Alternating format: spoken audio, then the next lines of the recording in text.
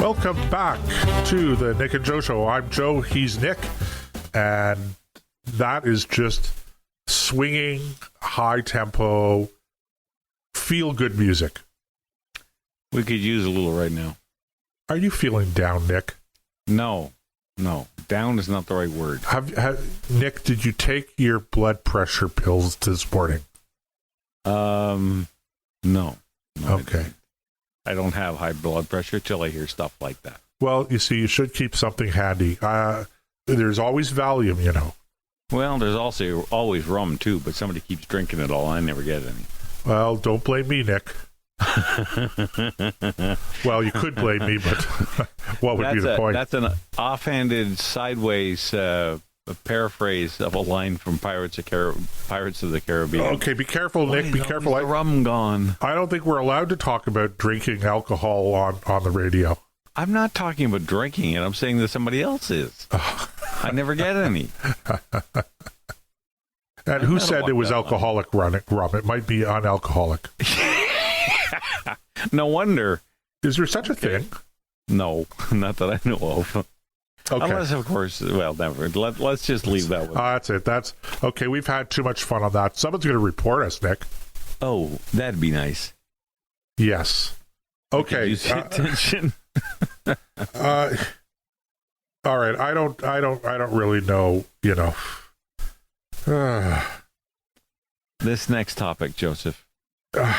You're gonna have to really set the table on this, because I'm gonna do everything I can to defuse my rocket seat. Because when you were telling me about this in pre-production, I was just stunned. Okay. At the... Well, look, for those of you who use Twitter, and an awful lot of people use Twitter. I do, and really, I use it. Every now and then, I immerse or engage in some debate, not too deeply. Every now and then I just express my opinion about something, and then I just back off. I don't want to get pulled into the Twitter sphere vortex. I just don't want to. But I do find it convenient for passing on information and for receiving information. Now, one of the things that you would think you'd be interested in receiving information about are health-related issues in your local community. And here we are in Ottawa, or the Ottawa region, and so it only makes sense that those of us who are here would subscribe to the City of Ottawa Twitter feed, or particularly given the fact that we've been dealing with this pandemic, etc., Ottawa Public Health only makes sense. So last week, Ottawa Public Health, you go to them, they'll let you know about whatever's going on in different hospitals, different clinics. I don't know, perhaps blood donor clinics. I'm not sure if I've ever seen anything recently on Ottawa Public Health, but if there happens to be a blood donor clinic at City Hall, for instance, Ottawa Public Health would probably tweet that out, that kind of thing. So imagine, I don't know if I would say surprise, but I'm going to read at length a long public health tweet from last week. I'm not going to go through the whole thing, but I have to read the first tweets in the thread until I get to the real one that I think I'm taking issue with, because that's how we set it up. Fair enough? Sure. Okay, so here we go. First of all, I'm going to read this is the introduction to the first tweet in the thread. And this is in bold capital letters. You thinking emergency, bubonic plague outbreak. Okay. No, here it is. This will likely make you uncomfortable, but it really needs to be said. And I'm going to digress for a second to point out that you're not actually saying anything on Twitter. You're actually writing it or typing it, but writing it. But as we pointed out, Nick, you pointed out quite rightly during our production meeting, that's probably a little too pedantic, but I couldn't help it. Okay. Okay, here, let's carry on. Last week, the remains of 215 children were found in a former residential school. They were all victims of racism. Okay, I pause again. Not sure what this has to do with Ottawa Public Health. Okay, but here we go. I'm going to continue. A few days ago, 4 people were murdered in yet another act of racism. I'm assuming that we're referring here to the 4 people who were run down in London, Ontario. It's not, of course, clear that that's who we're talking about, but that's who I assume. Okay, then we go on. These are not the only recent incidents of racism. They also won't be the last. Each time they occur, people say, this isn't our Canada. Except it is. Racism exists in in Canada. And denying its existence is condoning racism. It's all around us, if you're willing to look. Easy place to start. Our posts and local media posts. Read the replies and comments. You'll see people say, quote, check the names on news stories about crimes. I pause here again, excessively pedantic, but nobody's saying that. They're writing it. But again, I digress. Let's go back. You'll see people talk about the quote-unquote China virus or the India variant that those people brought to our country. You'll see people who say members of marginalized communities brought substance use issues onto themselves and therefore don't deserve our support. You'll see people questioning why we prioritized, quote-unquote, those people in our vaccine rollout, referring, of course, to Indigenous peoples. You'll see the tentacles of white supremacy. This is where this is beyond the pale. I've had it now. You'll see the tentacles of white supremacy weaving their way through the COVID is a hoax, this is just a flu crowd. And yes, the See More Replies section of this thread will inevitably be full of them, each one saying why their often racist remarks aren't racist. Now this goes on. Okay. Oh, by the way, let's go to the final. This is not the final tweet in the thread. This is only number 6 of 10. But I do want to point out, this is what the final tweet that I'm going to read says. Racism exists in Canada, as do bigotry, misogyny, and homophobia. Their impacts are there if you're willing to look. And please note that if you've never feared that you or your family might be the targets of racist acts, then please be mindful of the privilege you have. You see, privilege isn't simply about having things given to you. It's about not having barriers put in your way of getting those things in the first place. We know that racism is a barrier to secure employment, education, and health care.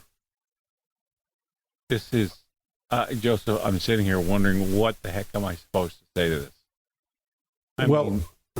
Shall we first of all point out that anything that you would say to this could be twisted out of shape and used as evidence against you as evidence that you are a misogynist, a racist, misogynist, homophobe, misogynist, homophobe. Yeah, that's what I'm thinking.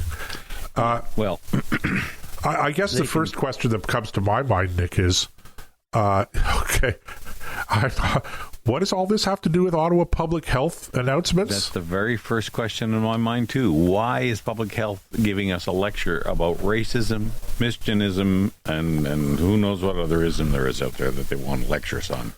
I mean, these people are... Look, if you believe that COVID, you want to get a vaccine for COVID, and the city wants to set up clinics, just tell us where they are. You know, we don't need to be lectured. We're supposed to be adults making these decisions. We're not supposed to be lectured to by our betters down at City Hall. And just This is more of that.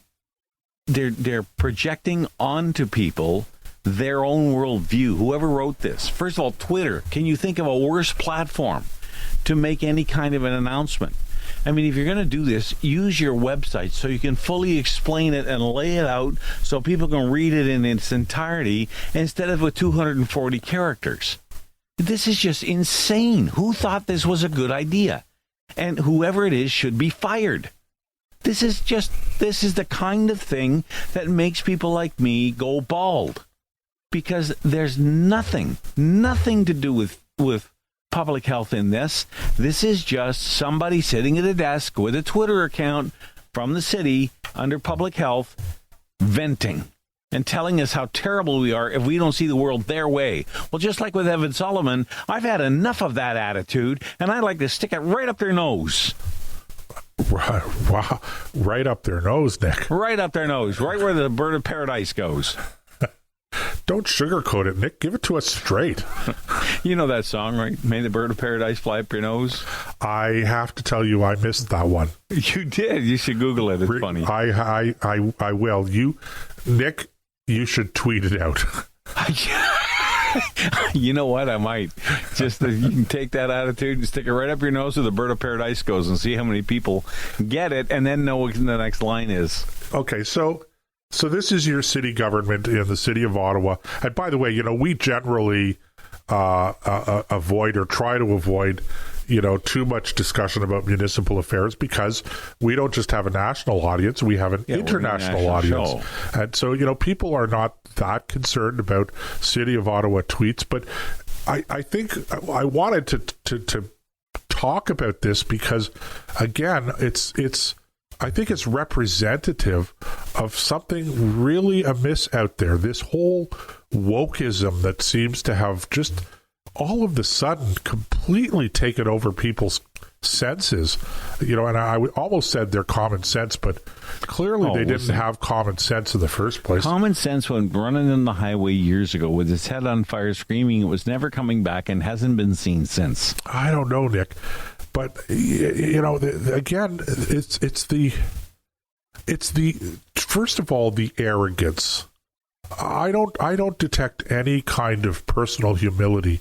Now, if I was sitting across from the person who tweeted this out on behalf of the city, they would present themselves as being very humble, very down to earth, very grounded, as they say, right?